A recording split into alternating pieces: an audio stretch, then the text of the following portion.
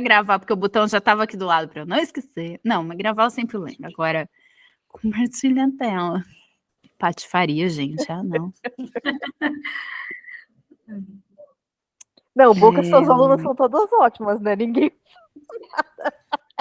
Não, eu até percebi um momento, mas ela tava... Eu não queria atrapalhar. Então, foi isso que eu pensei. Ah, não, gente, mas pode... Nossa. Aí eu falei, bom... Eu achei que era só comigo. Falei, eu pus o gancho de novo. Eu até apertei os 3 pontinhos aqui e falei, cadê? Não, gente. Não confio no tic-tac da pessoa que não. Uma janela, vamos lá. Olha, dá para compartilhar. Gente, tem um botão aqui que a gente aperta, ó. Que mágico. Uau. Show. Ai, ai, viu? Agora eu vou esconder a minha cara. Show. Bom, vamos lá. Eu trouxe alguns exemplos, então. Se vocês quiserem fechar o microfone só para não ficar passa, para não sair mudar de tela na esperta. Bom, enfim. Vamos lá. Então, a gente tem aqui alguns exemplos de um pouco de tudo isso que eu falei. Exemplos mais profundos de algumas dinâmicas mais específicas a gente vai ver na próxima aula. Então, que nem a questão de aborto, adoção, até mesmo questões de traição, formação de outra família, a gente vai falar mais disso tudo na próxima aula. Mas eu peguei alguns exemplos aqui, principalmente quando falar de parente, para a gente começar a ter algumas referências. Então, aqui as complicações. O todo familiar arregimenta cada membro de modo tão firme que as obrigações e sofrimentos de um membro são vivenciados pelos outros como dívidas e compromissos. Assim, qualquer membro da família pode enredar-se cegamente na teia de dívidas e privilégios de outro, em seus pensamentos, cuidados, sentimentos, conflitos e objetivos. A dor e a felicidade pessoal são limitadas ao interesse da família, tal como o todo contém as partes.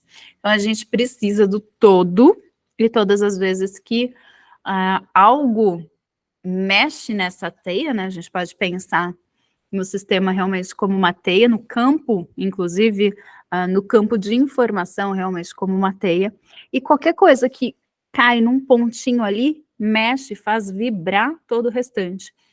E quando você tem dentro dessa teia dívidas ou situações que são ruins, negativas, pesadas, isso vibra em toda a teia, mas quando a gente tem privilégios também. Os membros do grupo familiar são ligados entre si como uma comunidade de destino, onde o destino funesto de um membro afeta todos os demais e os leva a querer partilhá-lo com ele. Por exemplo, quando um dos filhos morre prematuramente numa família, outros irmãos desejam segui-lo. Às vezes também pais ou avós querem morrer, porque desejam seguir um filho ou um neto que faleceu. Ou ainda quando num casal morre um parceiro, o outro com frequência também deseja morrer. Então, sobreviventes dizem interiormente aos mortos, eu sigo você. Muita gente que tem câncer ou outra doença grave sofre um sério acidente ou está em risco de suicídio, é pressionada pelos laços desse destino e pelo amor proveniente dessa ligação e diz interiormente ao falecido, eu sigo você. É muito comum, não apenas entre irmãos, geralmente é o mais comum, geralmente é mais afetado as crianças são mais afetadas a esse tipo de vínculo, então a criança no amor mágico, quando vê que alguém se foi, ela quer, nessa tentativa, ir junto, ir no lugar, fazer algo para seguir ali, porque é como se ela conseguisse, com esse movimento dentro do amor mágico, salvar o outro, sendo que, na verdade, a gente só tem mais uma perda, né?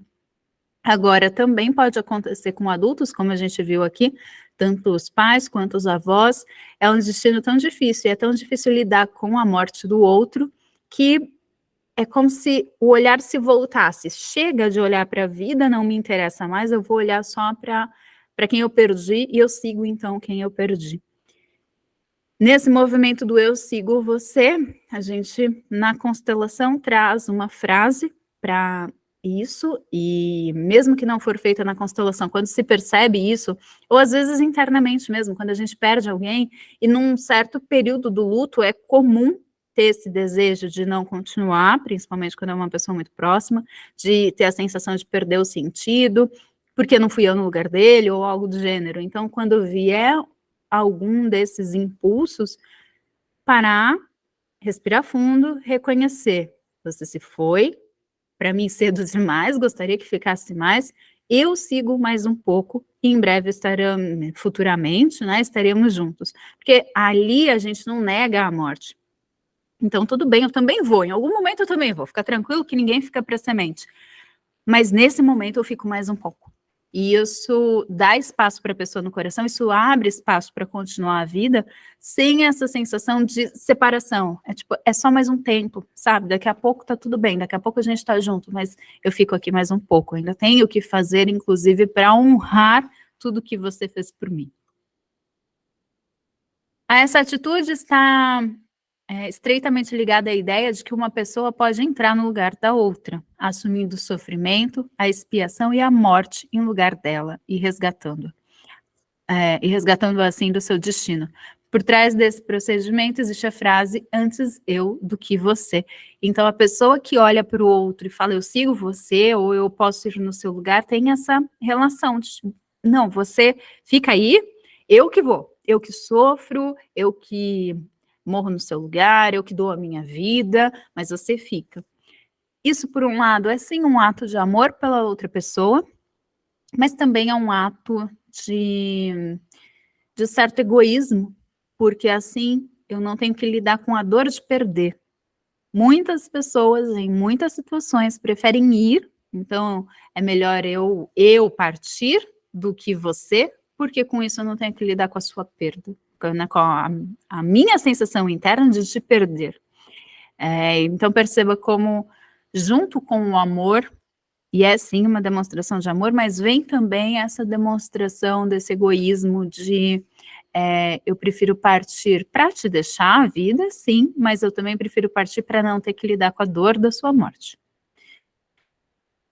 E o quanto, olhando por esse lado, isso pode ser visto como uma demonstração de amor, mas isso também é extremamente delicado, né? Porque se eu olho e falo, eu vou no seu lugar, isso significa que tudo bem o outro sofrer. Eu não quero lidar com o sofrimento. E o quanto entender isso internamente, trazer essa consciência, nos dá a força, não muda o ato, né? Não muda o que acontece, o que é. Então, o outro morreu ou está muito doente. No lugar de tentar ir no lugar dele, eu reconheço que por amor a ele, eu vou ser forte. E é melhor eu sentir a dor da perda do que ele. Se a escolha é por amor, então, tudo bem. Antes eu sofrer a sua morte do que você ter que sofrer a minha. De novo, é só uma mudança de chavinha, é só uma mudança de percepção da situação, mas que pode ajudar a liberar um monte de coisa. No lugar de ir no seu lugar, eu posso escolher viver essa dor de perder alguém. Porque se fosse o contrário, o outro estaria sofrendo, sentindo aquilo que eu estou nesse momento. Então, antes eu sofrer isso do que você. A gente usa até a mesma frase, mas com a compreensão diferente, com a consciência por trás disso diferente. Isso é uma possibilidade. Como tudo, é tudo muito sutil, e é uma pequena mudança, uma virada de chavinha que muda completamente a nossa percepção do que acontece e a nossa posição em relação ao outro, a vida, o destino, a aceitação e o entusiasmo pela vida. Aqui a gente tem uma filha ou um filho representando a primeira relação. Então, no caso de um homem casado que conhece outra mulher e diz à esposa, eu não quero mais viver com você.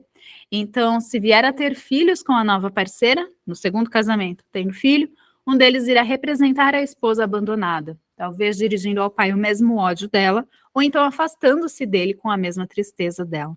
Essa criança, porém, não sabe que está tornando presente a pessoa excluída e fazendo-a valer. E tampouco seus pais têm consciência disso. Isso eu já vi em constelação e é um movimento, assim, intenso, sensacional de ser visto, assim. Eu acho que foi na última constelação em grupo aqui, que tinha a mãe da pessoa que estava constelando, tinha sabidamente, né, que ela conhecia a ex-mulher do pai, e ainda assim, as duas mulheres meio sem lugar, e uma delas me disse, está faltando alguma coisa, a sensação que eu tenho é que está faltando alguma coisa. E aí eu perguntei para a cliente, então, se ela sabia que o pai tinha mais alguma relação, né, tinha tido mais alguma mulher, e ela disse que sim, mas que foi um primeiro relacionamento muito antigo e que não tinha esse contato. Quando eu coloquei a representante, era uma pessoa que já estava aqui, se sentindo meio sonolenta, então eu só virei e falei, entra você. E ela falou, nossa, eu já estava sonolenta. Então essa pessoa que representou a primeira mulher, que já faleceu, então ela já estava meio assim, coloquei ela no lugar, então para ficar a ordem das 3 mulheres, e as outras 2 se sentiram muito melhor, tendo essa primeira representada. E nesse lugar que ela estava, falava, tudo bem, eu estou aqui, eu sinto, inclusive, um grande amor por essa pessoa, né, ela não sabia quem ela estava representando, mas ela falava que ela se sentia muito bem olhando para a pessoa que estava representando a cliente, mas que a sensação dela está muito distante, com muito sono. E aí, beleza, coloquei as 3, e ficou muito claro ali na dinâmica qual era o papel de cada uma, a dificuldade da mãe ali de aceitar o seu lugar, dessa relação complicada com o relacionamento anterior, que cai justamente nessa, né, o segundo relacionamento não terminou imediatamente ali, e já tinha esse novo sistema formado, então aquela confusão de todos os emaranhados de tudo que a gente conversou aqui em relação a 3 mulheres, e que quando a gente incluiu as 3 e deu a cada uma exatamente o seu lugar em ordem, aí sim a pessoa conseguiu olhar e falar, nossa, beleza, então eu devo, olha só que interessante, a minha vida a todas elas. Porque se a primeira não tivesse falecido, não estaria com a segunda, se o segundo casamento não tivesse acontecido, não teria conhecido, pelo destino e pela forma com que as coisas aconteceram, a terceira mulher, e com isso ela não estaria ali. E é importante dar espaço para todos que influenciaram e que permitiram o nosso nascimento. Até agora eu não presenciei nenhuma exceção a essa dinâmica, portanto, quando algo assim vem à luz na constelação de uma família, começo por esse ponto e só passo ao seguinte quando isso é colocado em ordem. Por essa razão, antes de começar a colocar uma família, eu sempre pergunto pelos vínculos anteriores dos pais. Olha o tamanho da importância disso, né? Algo que influencia em todas as constelações, algo que ele pergunta, né? A gente tem aqui o Bert falando disso dentro de uma conferência, então ele coloca como uma das primeiras perguntas, das primeiras questões ali, porque justamente se não existe essa ordem, não existe cada um no seu lugar, e algo que muitas vezes é excluído e não é dito, né? É como se o outro relacionamento não existiu, não, a minha família é essa aqui, sabe? Essa tentativa de excluir o passado do outro, porque muitas vezes as pessoas sentem dor ao ver o passado do outro, não sabem lidar com a própria posição e não conseguem honrar que só está ali, porque o outro viveu o que viveu. Então, quando não tem lugar para isso, o filho do relacionamento atual fica retomando esse lugar como uma forma de lembrar quem veio antes. E isso é tão importante que é uma das primeiras dinâmicas que ele coloca dentro da representação ali do sistema. Substituto. Muitas vezes também se nega esse direito a crianças que nasceram mortas ou faleceram prematuramente, na medida em que são esquecidas. Às vezes os pais dão ao próximo filho o nome do irmão falecido, como se dissessem a ele, você não pertence mais a essa família, temos um substituto para você. Assim, a criança morta perde até mesmo o próprio nome. Olha a importância e a intensidade disso aqui. Então, quando um dos filhos falece, né, ou não nasce, enfim, pode ser um aborto, um natimorto, ou uma criança que morreu na infância, e a dor que isso gerou, então ele é esquecido, deixa ali, ninguém fala, não é contabilizado na ordem dos filhos, e os irmãos passam a vida, às vezes até sem saber que ele existiu, e de repente o pai decide pegar o nome daquele filho, às vezes, né, um primeiro filho, e às vezes até um nome que herdou de avô, de bisavô, algum nome que já tem tradição na família, e então pega esse nome e dá para um filho que veio posteriormente. isso tira o lugar dos dois. Isso diz ao que não está aqui que ele foi substituído, então eu encontrei outro para colocar no seu lugar, inclusive dei seu nome, e isso também tira esse espaço, esse lugar, essa identidade do filho que está vivo, porque afinal ele recebeu um nome como herança. Ele não só deve a vida ao irmão, como ele deve a própria identidade, ele deve o nome ao irmão que faleceu, que deixou espaço para que ele pudesse estar aqui. Olha o peso disso para uma criança. Representar o irmão, receber o nome dele, né, herdar o nome dele, e o quanto isso traz um peso de que ele tem que viver a vida pelo outro. Aí essa criança que recebeu todo esse peso começa a olhar para a morte, começa a olhar e querer seguir o irmão no seu destino, mesmo que não saiba o que está acontecendo, e às vezes as pessoas ficam desesperadas na família sem saber por quê.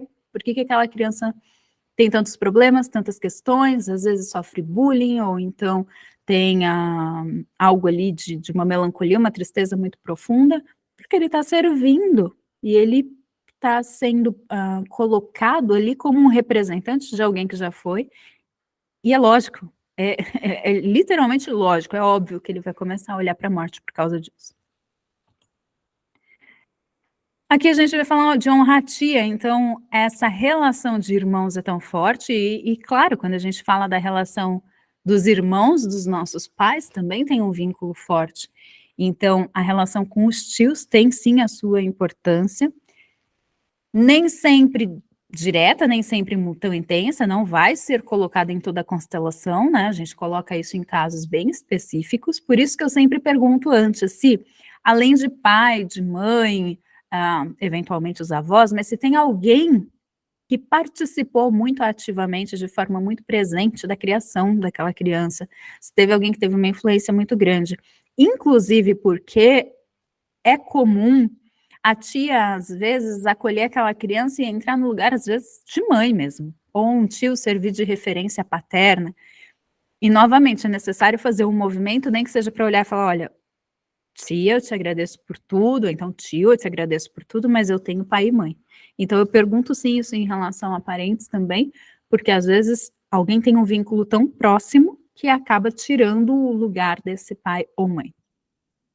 Aqui nesse caso, quando, por exemplo, uma filha, para cuidar dos pais idosos, renuncia à felicidade de ter a sua própria família, e por isso é ridicularizada, desprezada pelos outros irmãos, mais tarde uma sobrinha imitará a vida dessa tia, e sem perceber esse nexo, e sem poder defender-se contra isso, sofrerá o mesmo destino. Então, a gente tem uma série de irmãos, e uma abriu mão de casar, de ter a própria família, de cuidar, de seguir a vida, para cuidar dos pais. E aí, o resto da família acaba entrando naquela, né, de não reconhecer essa pessoa, porque afinal ela não foi para frente, ela não viveu, ela não fez as coisas dela, acaba desprezando essa pessoa. Só que daí um dos irmãos ali que despreza, também vai ter filhos. E desses filhos, uma dessas filhas, né, no caso aqui a gente está falando da tia, então uma sobrinha pode vir a imitar a vida dessa tia. Então, ocupar esse lugar, repetir o mesmo padrão, relembrando, olha pai, ocupando um lugar de grande, lembrando, uma desordem, né? Olha pai, aquilo que você fez com a sua irmã, agora eu faço com você. Eu estou dando a minha vida por você. Eu estou deixando de viver o meu futuro, o meu destino, cuidando do seu. Então, é como uma forma de trazer à tona a dinâmica e de mostrar aquilo que, de alguma forma, foi ridicularizado, desprezado, excluído. É trazer o reconhecimento para o sistema novamente.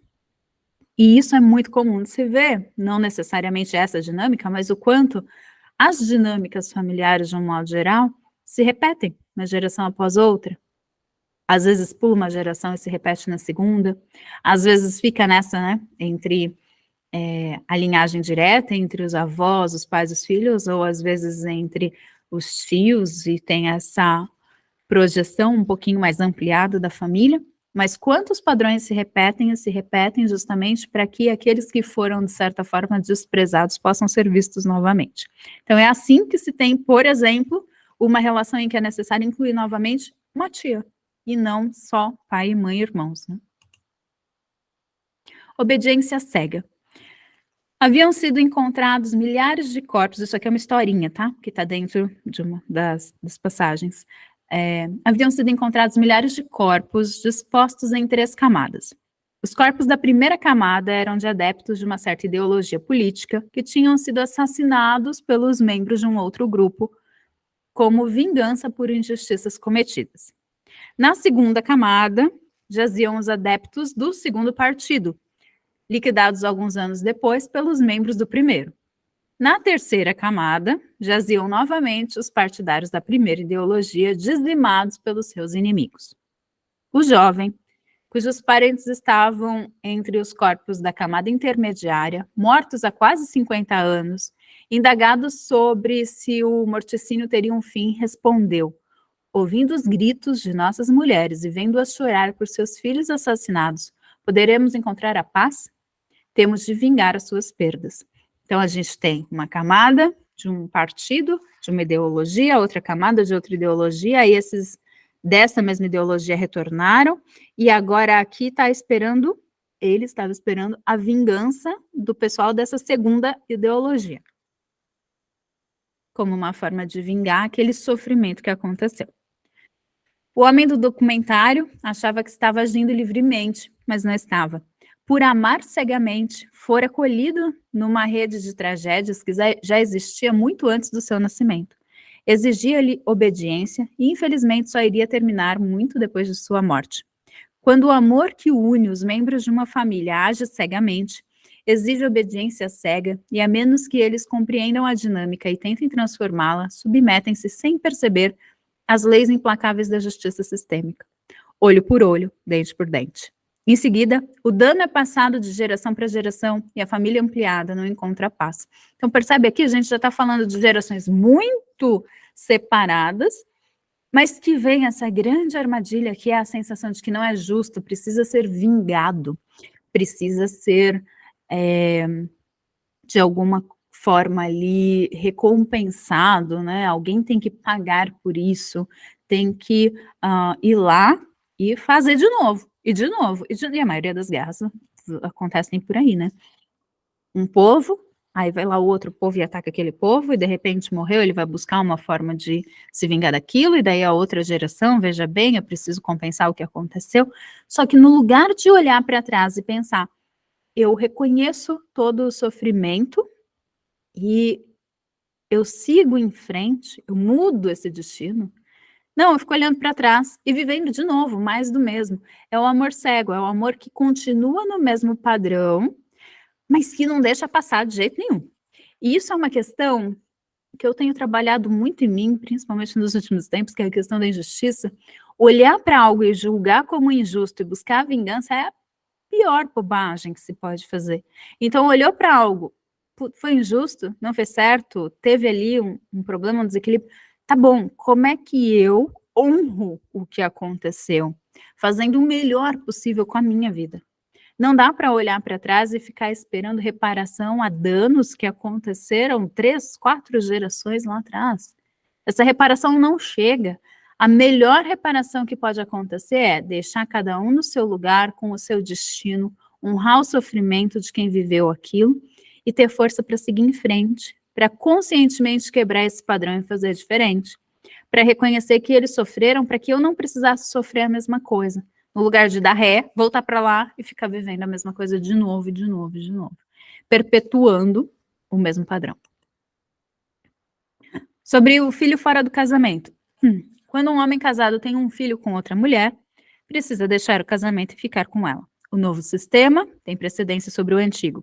Quando não age assim, é muito mal para todos. Se tiver uma nova relação com filhos, precisa ficar com essa mulher e esses filhos, mesmo que tenha muitos filhos em seu casamento. Naturalmente, continua sendo o pai destes e é responsável por eles, mas sua parceria só pode ser com a nova mulher. Para a mulher casada, isso significa uma carga pesada, mas qualquer outra solução costuma ser ainda pior. Então, no caso de filhos fora do casamento, quando ele continua no primeiro casamento e não vai para essa nova relação, isso é pesado não só para a mulher, mas também para esses filhos, porque fica aquele peso de que o novo sistema já está formado e ele está preso ao passado, ao sistema anterior, por causa dessa dinâmica. Então, os filhos vão entender isso, que é por minha causa. O novo não tem lugar porque eu estou aqui.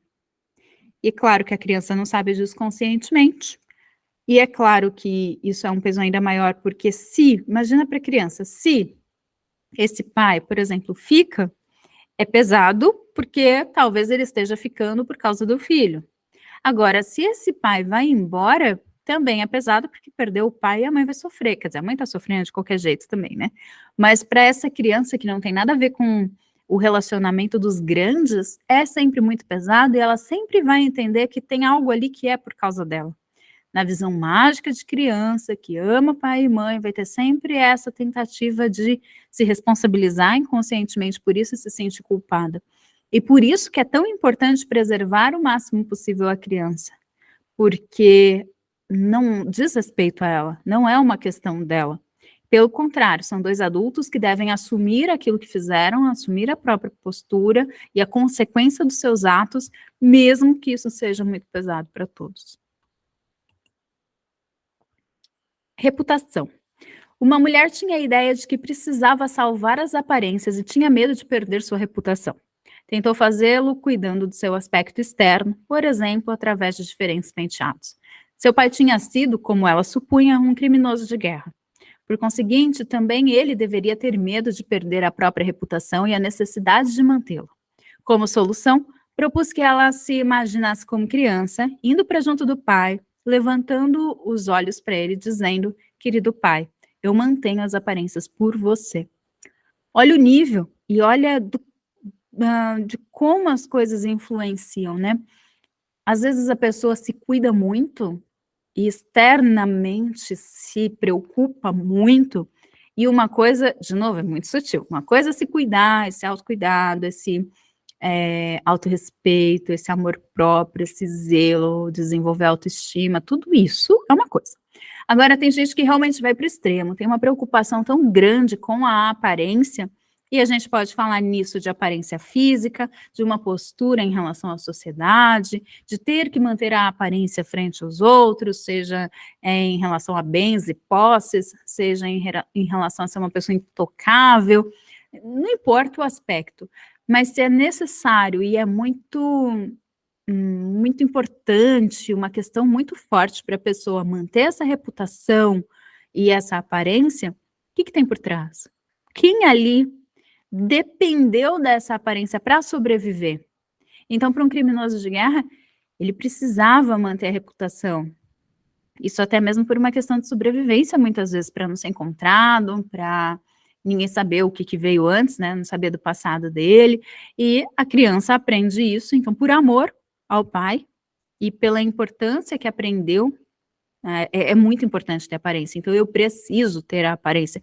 Por você, eu mantenho a aparência. E a gente pode falar disso em relação à aparência, e agora me ocorreu aqui um exemplo que eu ouvi numa conversa de um caso de uma amiga minha contando: nossa, eu tenho um amigo que... E ela me contou uma constelação, foi muito legal. Ela me contando sobre o quanto um amigo dela estudou e quis fazer faculdade, mestrado, doutorado, pós, e aí a pergunta foi: para quê? Para ser professor, né, atuar no meio acadêmico? Não, é porque o meu pai não pôde estudar, porque o meu avô morreu muito cedo, e como uma forma de honrar, então, o pai que não estudou, eu fiz isso, eu quero estudar, eu quero mostrar cada vez mais que eu posso, porque ele queria ter vivido isso, não pôde, então eu faço isso por ele.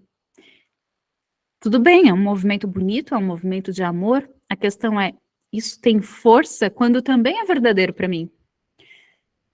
Se ele quisesse realmente seguir a carreira acadêmica, isso seria incrível. A honra do pai construiria um futuro forte para ele. Agora imagina, e aí eu não conheço, não sei essa parte da história, mas imagina que o sonho dessa pessoa, internamente falando, era, sei lá, vender água de coco na praia, ter uma vida mais tranquila, viver de uma coisa, sabe, outro mundo. E água de coco na praia, inclusive, foi algo que eu já pensei muito. De poder ter uma vida completamente diferente. Mas não. Por quê?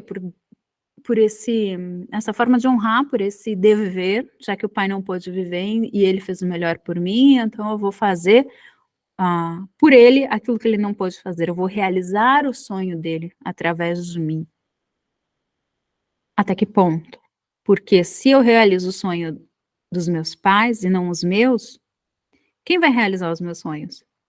Para onde eu vou jogar isso? Né? Quem vai ficar responsável por isso, então, se eu não estou me responsabilizando pelo meu? Agora, olha a diferença, eu reconheço que os meus pais abriram mão dos próprios sonhos para me criar, eu posso receber a vida, agradecer por isso, e aí sim me dedicar ainda mais aos meus sonhos. Porque eles abriram mão dos sonhos deles justamente para que eu pudesse estar aqui, e se hoje eu tenho a oportunidade de viver o meu sonho, os meus sonhos, isso faz muito mais sentido do que simplesmente, novamente, abrir mão de mim para viver o deles. Eles abriram mão por mim, aí eu abro mão por eles, não tem como devolver, eles são grandes, eu sou pequena. Direito à vida. Quando o filho, assim, chega à idade do pai, prematuramente falecido, frequentemente julga que não tem o direito de viver mais, ou até mesmo deseja seguir o pai na morte. Se os filhos percebem ou supõem haver essa tendência na mãe, um deles quer morrer no lugar dela. Então, aqui a gente está falando quando um pai teve uma morte prematura, e aí o filho está chegando, ou chega na idade em que o pai faleceu. E internamente a informação é como que eu vou viver mais do que meu pai? E vale para a mãe também, né? Mas como eu vou viver mais do que eu tenho, que os meus pais viveram? Não dá, não posso. E é necessário ter uma atenção especial a esse momento, quando a pessoa está chegando perto dessa idade, esse reconhecimento, olha, eu sei que você se foi cedo demais, eu também vivi esse tanto da vida, e eu sigo aqui mais um pouco. Eu continuo vivendo além do que te foi permitido viver. Eu honro seu destino, você vive através de mim, eu sigo aqui mais um pouco, e lá na frente, aí sim eu vou te seguir. E quando os filhos percebem que a mãe também entra nesse movimento de querer dar a vida pelo outro, né, de não suportar a dor da perda, de também querer ir embora, muitas vezes o filho entra no movimento de dar a vida pela mãe.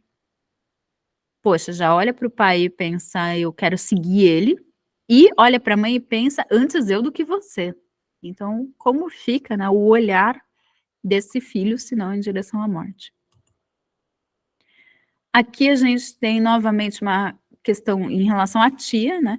A irmã gêmea da mãe. Então, a mãe quis seguir, era uma gestação gemelar e a criança, a gêmea da mãe, morreu no parto. Então, a mãe quis seguir a irmã na morte. Ela sentiu saudade e atração pela irmã e lhe disse no seu íntimo, eu sigo você. Mas não teve consciência disso e nem das suas consequências. O segundo efeito foi que o filho, ao perceber essa intenção da mãe, disse também lá em seu íntimo, antes eu do que você. Também aqui, sem consciência disso. Então, um filho olhando para a morte, pensando antes eu do que você, por causa da perda de uma tia.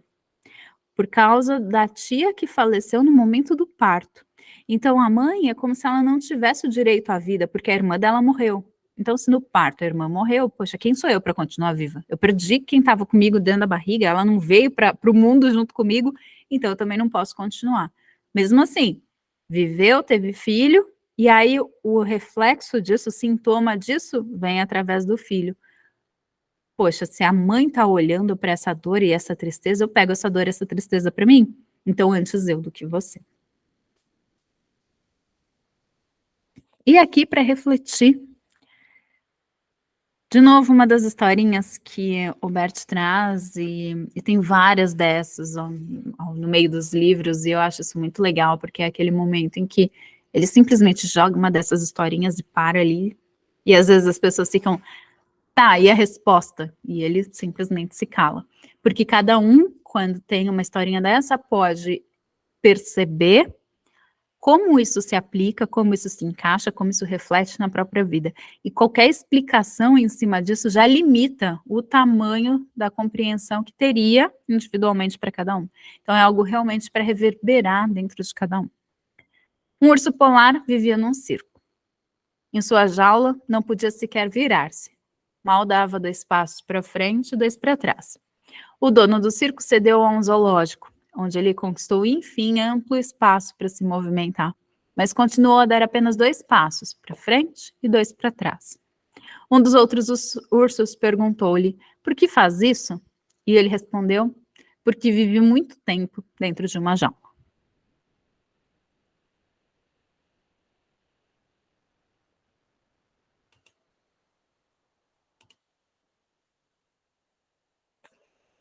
E aí?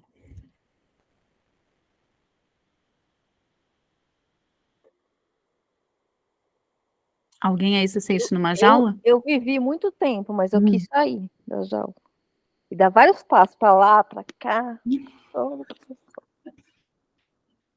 E isso, falando em animal mesmo, é muito real. Eu lembro quando eu participei de um congresso em São Paulo, na época que eu comecei a tentar mexer com animal silvestre, e eles tinham uma onça que eles soltaram num recinto, e aí fizeram uma parte lá com areia. Areia, gato, né? Areia, legal, vai gostar, né? Aquela coisa na pata e tal. E aí começaram a perceber que a onça parecia toda ralada do lado. E não entendiam por que, foram procurar, dar uma olhada, tentar descobrir de onde que vinha isso, o que acontecia com a onça. Ela não pisava na areia, porque ela foi criada o tempo inteiro em cativeiro, sempre com um ambiente muito rígido, muito sólido, então para ela a textura da areia, ela não conseguia lidar com aquilo, e para andar ela ficava andando na beira, que esbarrava e ficava ralando na parede, então ela ia para um caminho bem pequenininho na beira e ficava ralando na parede para não ter que pisar na areia. E o quanto que os animais vivem isso, a gente vive, é condicionamento, né? Total condicionamento.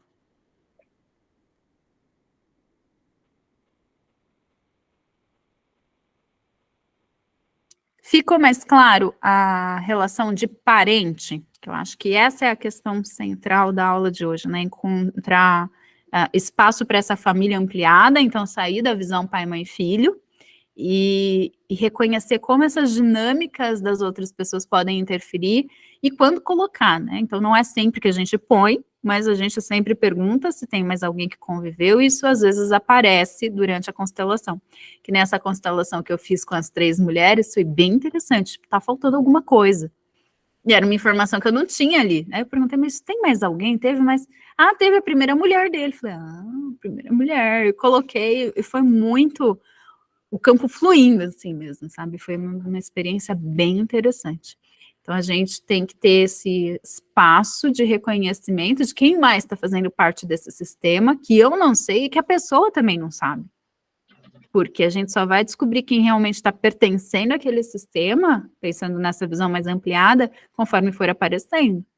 Porque é aquela pessoa que influenciou, é aquela pessoa que alterou o destino. A gente não tem como saber disso até o campo mostrar, né?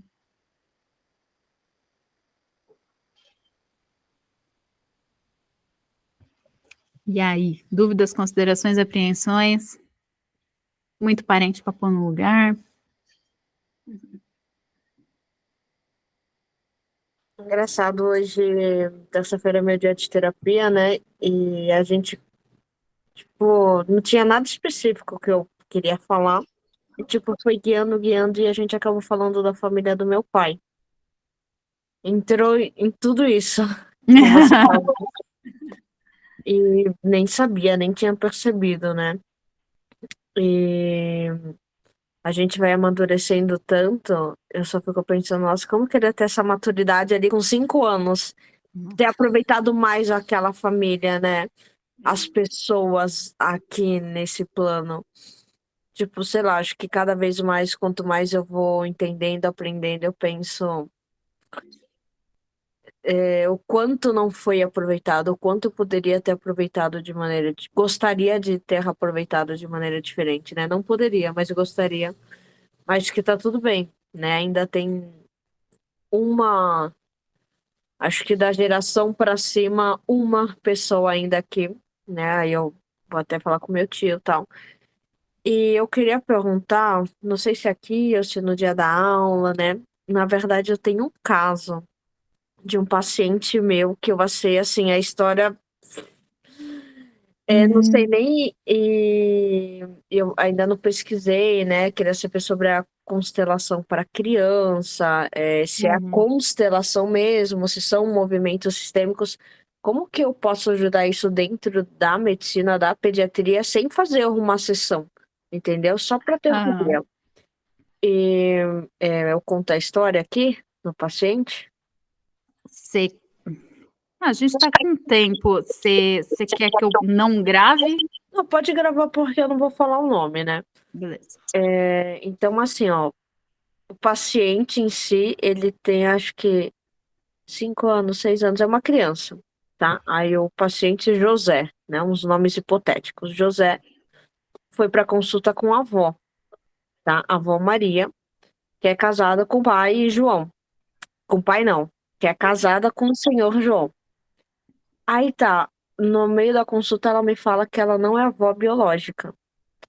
A mãe biológica do José, da criança, a mãe da criança, foi adotada por essa avó junto com o irmão, porque são 2 irmãos biológicos, então o tio da criança.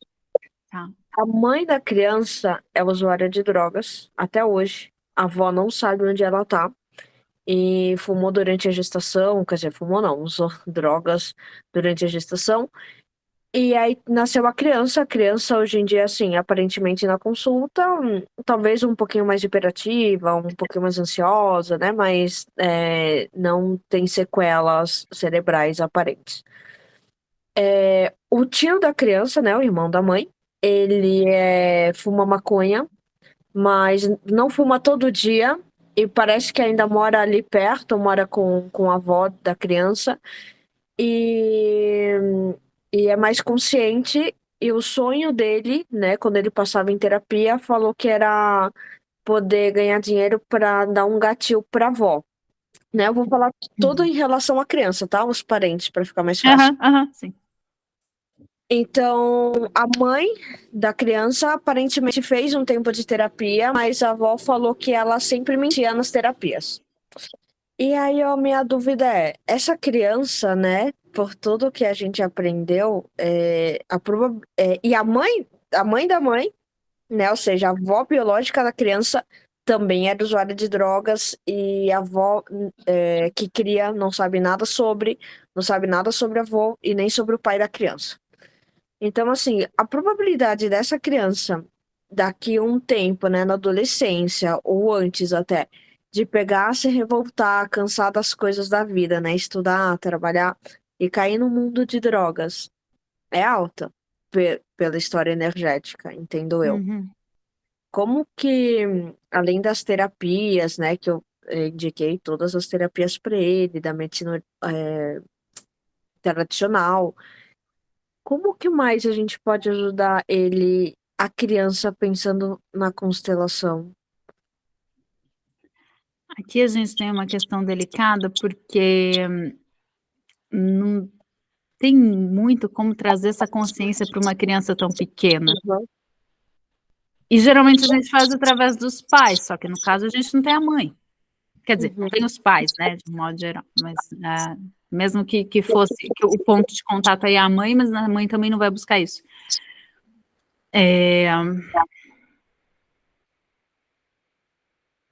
Bom, vamos lá. O movimento, quando essa criança crescer, é olhar e reconhecer que sim, tem pai e tem mãe, são os pais certos para ela, foi a avó que cuidou, e que bom que essa avó esteve presente, né, e se doou por isso, beleza? Mas que tem a mãe que era necessária e ponto, beleza. Só que isso lá na frente, quando ela entender. Antes disso, a única coisa que a gente pode fazer de imediato é olhar para essa criança e dizer sempre o destino dela. Então, sem julgar o destino dela, sem julgar os pais, sem julgar a história, sem julgar tudo que ela passou, sem julgar e sem prever o futuro dela. Então, é bem dar o benefício da dúvida mesmo. Tem uma tendência grande para isso? Tem. A chance dela seguir o destino dos pais é grande? Sim. Só que esse é o destino em relação aos pais certos para ela. Então eu não posso julgar o destino dela, porque ela está na família certa. Uhum. Agora, a gente está falando de uma criança. Quando ela for para o mundo, que vai ser quando ela vai começar a entrar em conflito com tudo isso, ali é o momento que dá para agir. É pegar essa criança quando for adolescente ali e trazer essa consciência antes dela conseguir fazer uma bobagem. Uhum. E claro, né? Se fizer bobagem também, a gente apoia depois. Mas tentar interferir, influenciar ou acolher isso nesse momento de virada. Agora, de criança pequena, a gente não tem como levar isso até ela. O único movimento seria através da mãe. Talvez aí. O tio inclui essa mãe, o tio inclui os pais, o tio inclui o sobrinho. Talvez. Que é a pessoa mais próxima aí, biologicamente falando. Sim. Obrigada. E isso é um processo que a gente tem que, principalmente quando é criança, deixa eu só fechar teu áudio, tá voltando. Isso é um processo que, principalmente quando lida com criança, é muito difícil de olhar e entender o destino e entender que a gente não tem muito como interferir, né? Na pedagogia sistêmica, a gente cai nisso também. Faz um movimento na constelação, você abre o campo, vê o que está acontecendo, mas você não pode mexer. Quando você olha a relação da criança, uma criança dando problema em sala de aula, por exemplo, aí você abre o campo, aí tem ali o que vai aparecer, a relação com os professores, a relação com os pais, você vê a desordem, mas você não pode fazer nada. O que você pode fazer é manejar a criança. Então tá, eu sei que tem essa predisposição, eu vou manejar, vai pensando na vó adotiva, né? Eu vou manejar o máximo possível para não ter contato com essa realidade, para tentar mostrar um destino diferente. Para mostrar para ela que existe algo além, algo diferente do que os pais viveram. Agora, sistemicamente, os responsáveis por aquele sistema, a gente não tem como alcançar. Então, nesse caso, o mais próximo e o máximo que daria para alcançar é através do tio, e incluir isso como o representante grande, embora seja da linhagem do lado, né, mas que está ali e talvez seja até essa referência do homem para esse menino. Então, tentar por ali. Mas se não, tá bom, vamos lá, quando chega na adolescência, explicar, trazer para essa criança esse conceito, e isso tem que estar muito bem dentro dessa avó adotiva também, né, de falar, olha, é como eles são quem eles são, eles viveram a história deles do jeito que foi, e já trazer imediatamente junto com isso a consciência de que você pode fazer diferente, de que você já tem, inclusive, a oportunidade, o acesso a coisas que eles não tiveram. Então, daqui para frente, você pode fazer diferente. Mas é um padrão muito pesado, e aí sim começa a ser uma escolha de cada indivíduo.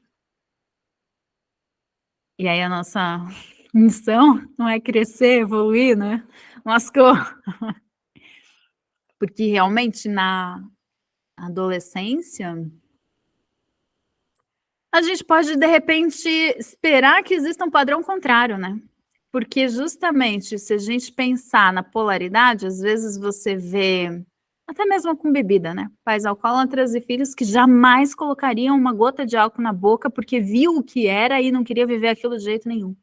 Então, às vezes acontece essa virada de chave que está presa na mesma questão, que ao longo do tempo você vê que a mesma dor sistemicamente está lá, é uma forma de honrar também, de manter lealdade, então não é que está resolvido, mas que a ação que a pessoa escolhe é ir para a polaridade completamente oposta. Então, às vezes a gente tem essa sorte.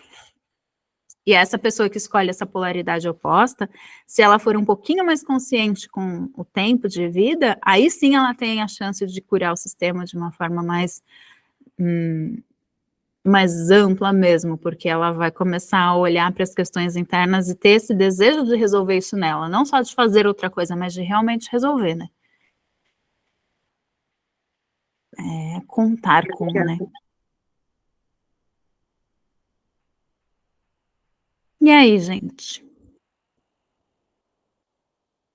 Tudo bem, Djalma? quietinha. Hoje você me viu de primeira? Vem. Ah, Já cheguei. que maravilha. Verdade, gente. Foi por isso que eu nem postei, nem coloquei o negócio lá para compartilhar, para poder ficar vendo o tempo. Ai. Tudo bem? Certinho? Bora lá? Tudo bem. Bom, gente, nos vemos daqui, sei lá, quando? No primeiro final de semana, então, de agosto. Vamos de novo, constelação com bonecos, para treinar. Bom, daqui para frente, treinar, né? Começamos treinando aqui dentro, para daqui a pouco vocês treinar lá no mundão e me trazer o que tá rolando. Sem pressão. E então já pensa em temas, de novo, temas tranquilos. Viu, Leila? No meu você tá em cima. Viu, Leila? Para ser de boa com a coleguinha. A gente tinha falado de fazer algum movimento aqui, né? Saiu na última aula no online, para vocês verem como é que funciona. E eu estava vendo pelo conteúdo, eu vou montar a próxima aula, vamos ver o quanto que dá ali de tempo, porque é quando entra esses casos diferentes, enfim, né, os detalhes ali, né, da adoção, do aborto, do não sei o quê. Então a gente vai falar desses emaranhados todos, e depois na outra aula vai sobrar tempo. Então aí a gente faz alguns movimentos aqui, para ser prático também, para vocês terem a prática dessa vivência no online também, para poder fazer. Beleza? Então, tragam temas de boinha. Não faz não para mim. E qualquer dúvida, manda mensagem, se cuidem. E até mais. Obrigada. Até mais, gente. Beijo, Beijo. gente. Boa noite. Tchau. Obrigada. Boa noite. Tchau. Tchau.